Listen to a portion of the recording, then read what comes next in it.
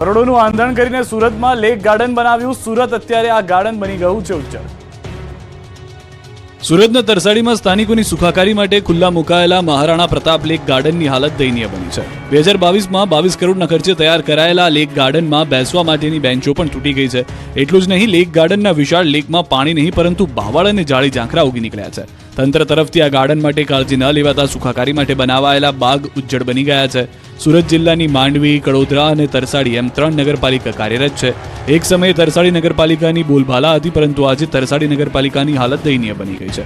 રાજ્યના પ્રવાસન વિભાગ દ્વારા તરસાડી નગરપાલિકાને મહારાણા પ્રતાપ લેક ગાર્ડનની ભેટ આપી હતી. આ લેક ગાર્ડન કરોડોના ખર્ચે તૈયાર થયો હતો અને ઢોલ નગારા સાથે આમ જનતા માટે ખુલ્લો મૂકવામાં આવ્યો હતો. પરંતુ જાળવણીના અભાવે લેક ગાર્ડનમાં પગ પણ મૂકી શકાય તેવી સ્થિતિ નથી. માત્ર 2 વર્ષના ટૂંકા ગાળામાં આ મહારાણા પ્રતાપ લેક ગાર્ડનની હાલત દયનીય બની ગઈ છે. સ્ટ્રીટ લાઇટ ગાયબ થઈ ગઈ, બેસવા માટેની બેન્ચો તૂટી ગઈ અને તળાવ ફરતે જંગલી ઘાસ અને જંગલી વનસ્પતિ ઉગી નીકળી. આવી સ્થિતિમાં લોકો કઈ રીતે આ ગાર્ડનની મુલાકાત લઈ શકે? તરસાડી પાલિકા તરફથી આ બાગની કાળજી ન લેવાતી હોવાની અનેક ફરિયાદો પણ કરાઈ છે. ઉજ્જડ બની ગયેલા બાગને વહેલી તકે સ્વચ્છ અને વ્યવસ્થિત કરવામાં આવે તેવી લોકોએ માંગ કરી છે.